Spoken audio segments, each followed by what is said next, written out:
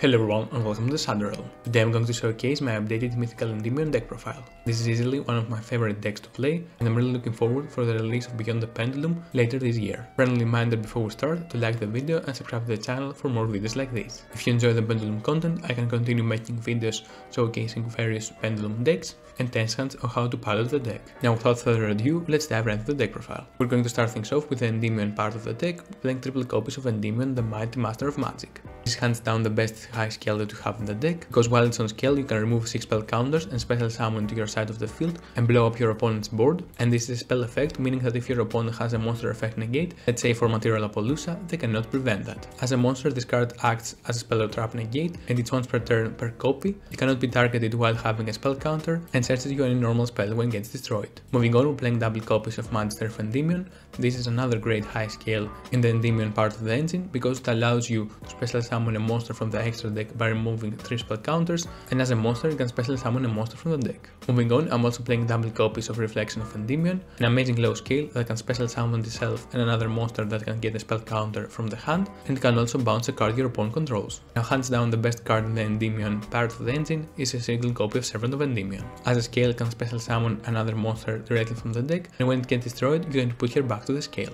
Now for the spells, we're playing a single copy of Magical Citadel of Endymion, because this card is searchable and it allows you to use the effect of your scales without spending their own spell counters, by spending the spell counters from this card instead.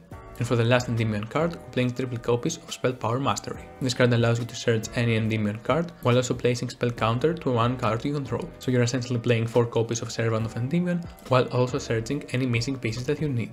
Now moving on, triple copies of Mythical Institution. This card gets spell counters every time a mythical beast gets destroyed, and you can remove spell counters from anyone on the field, so you can search any Pendulum monster that you need. Now for the supplementary engines, we're playing triple copies of Magical Abductor, so we can have another low scale, and we can also remove 3 spell counters from this card, so we can search for any Pendulum monster that we need. And as a monster, you can remove 3 to search for a level 1 spellcaster. Moving on, we're also playing triple copies of Chronograph Sorcerer and a single copy of Time Gazer Magician. We use this engine so we can easily go into the Link 2 monster before we normal summon. We can easily do that if we open Chronograph and Cerberus. It's going to be even crazier when we get Beyond the Pendulum. Now the newest addition in the deck is a single copy of Fastograph Sorcerer that acts as a free extender from the hand, since we usually destroy our scales, especially the mythical beast part of the deck, and the fact that it's a level 7 comes up really often for some exist plays, and this card is only going to get better. Moving on, we're also playing the triple copies of Magician Souls. This card is truly amazing in the deck because it allows you to send any spellcaster that you want to revive later, and then you can send spell or traps that we don't want to use, so we can draw 2 cards. And it also provides another board on the field, so we can usually go into Link 2s early.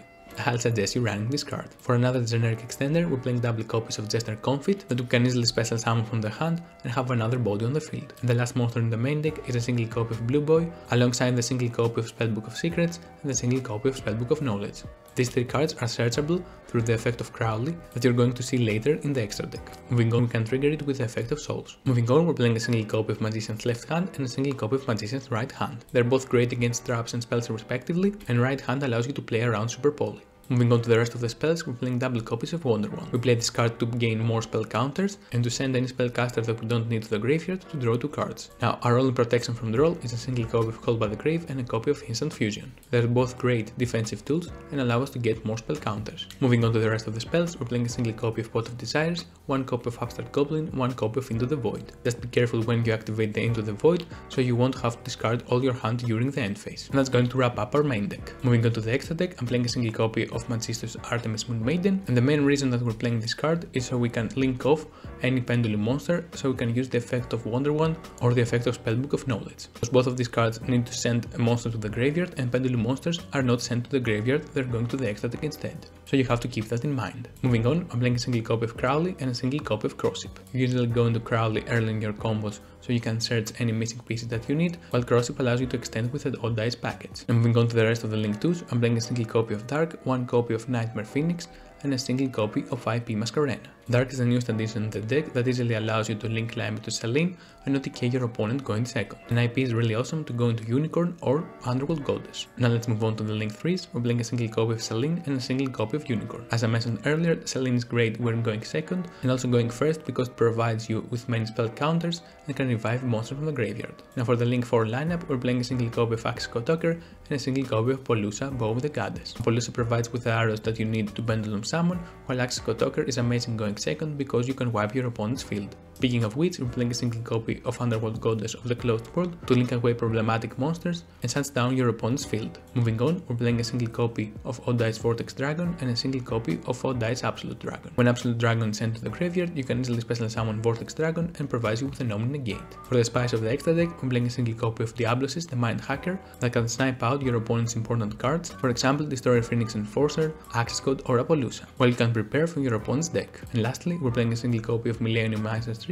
that protects our combos and can be revived with the effect of Selene from the graveyard, so you can have an additional negate on the field. And that's going to wrap up our extra deck. Moving on to the side deck, we're playing a single copy of Red Reboot alongside 2 copies of Twin Twisters. You could also play 2 copies of Lightning Storm instead, but I want to have access to quick play removal so we can play around floodgates like Antispell Fragrance. Moving on, I'm also playing triple copies of Cosmic Cyclone. This is usually better than Twin Twisters because it doesn't require you to discard a card, but sadly it deals with 1 card instead. Now let's move on to the rest of the cards. We're playing triple copies of Dark Lure No More. Sadly we don't have the luxury to run droplets, so this is the best option that we have currently. This card allows you to shut down your opponent's board while also getting spell counters in the process, but it sadly can't deal with a Scythe Lock. Now moving on to the best card that can deal with problematic combo boards is triple copies of Lava Golem. Usually, no combo deck can play around this card. You can tribute away your opponent's DP and another monster and deal with them for good. And moving on to the last card in the side deck is triple copies of Denko Sekka. If your opponent plays a trap deck or Sky Strikers,